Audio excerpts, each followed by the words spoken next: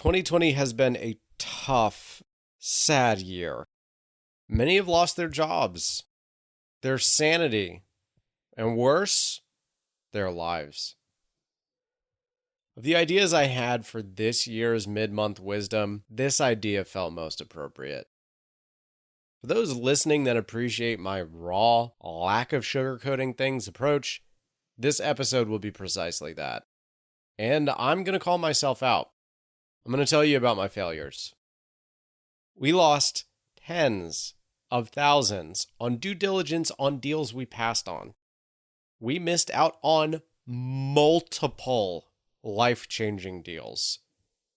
We lost an employee to another gig.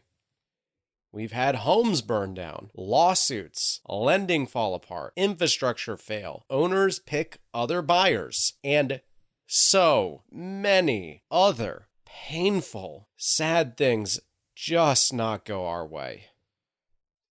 Worse, in my personal life, 2020 has been a death sentence for several of my family and friends.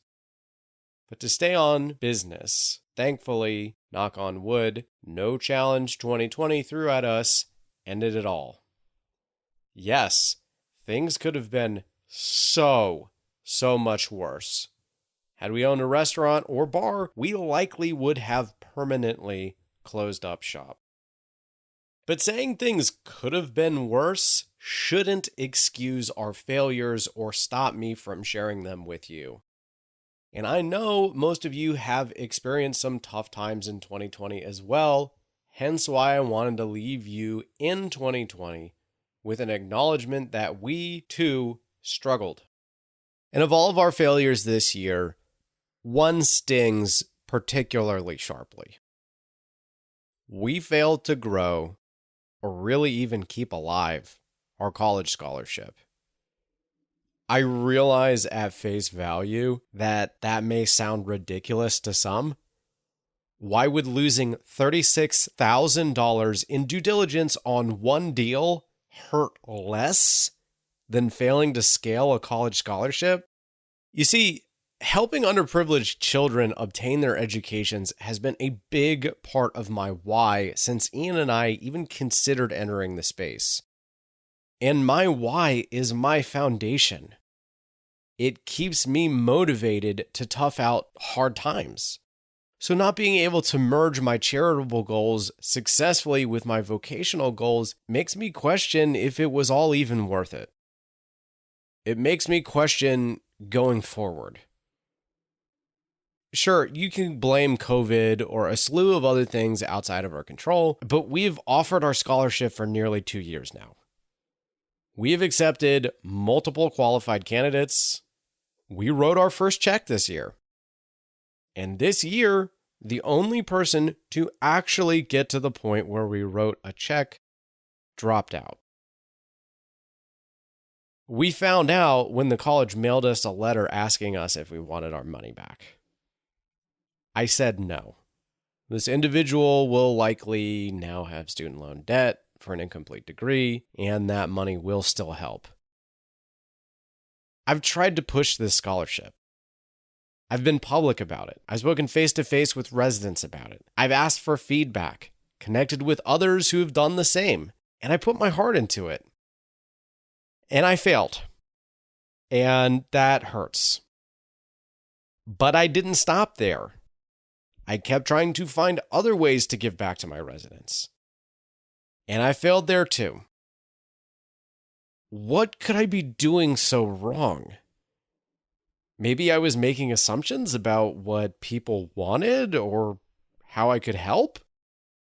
So, we sent out a questionnaire to try and get the dialogue going.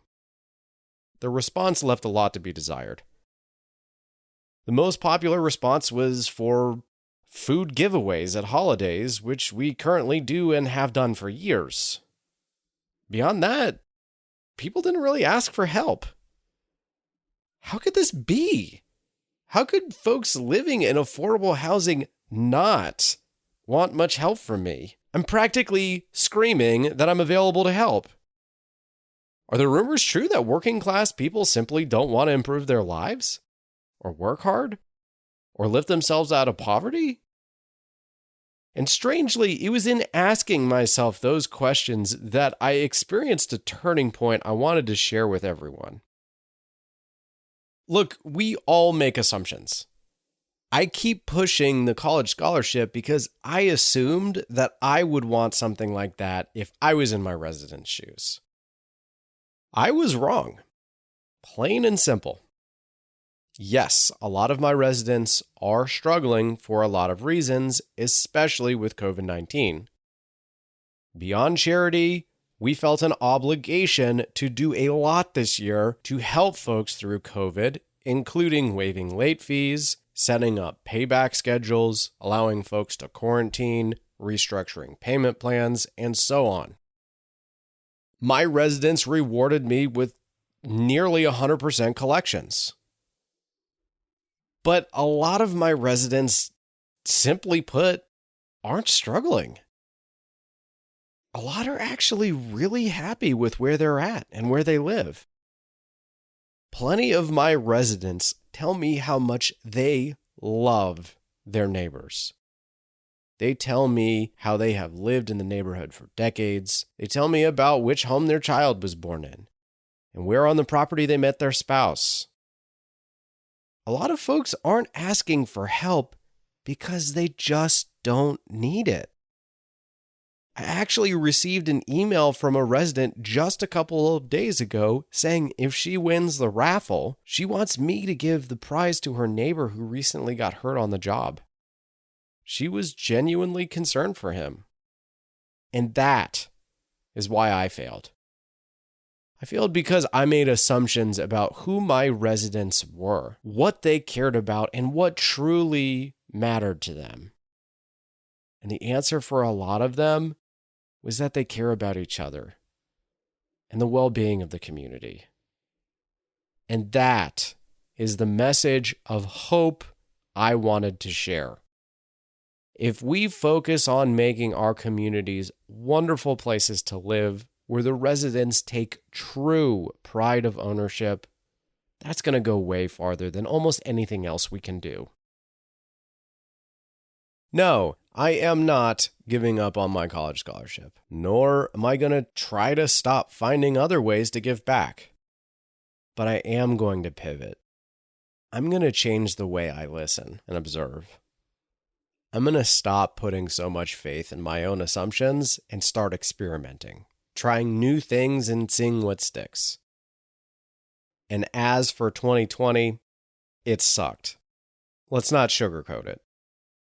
But I'm an optimist. We did do a lot of great things in 2020. And although it seems bleak, so did you. We closed on 5 deals this year. We started a mentorship program that's already changing people's lives. We helped, in part, make the SECO conference a success. And we did have people take us up on our charity efforts. It's easy to get sucked in to the negativity. It can be seriously challenging to focus on the good in the face of so much bad.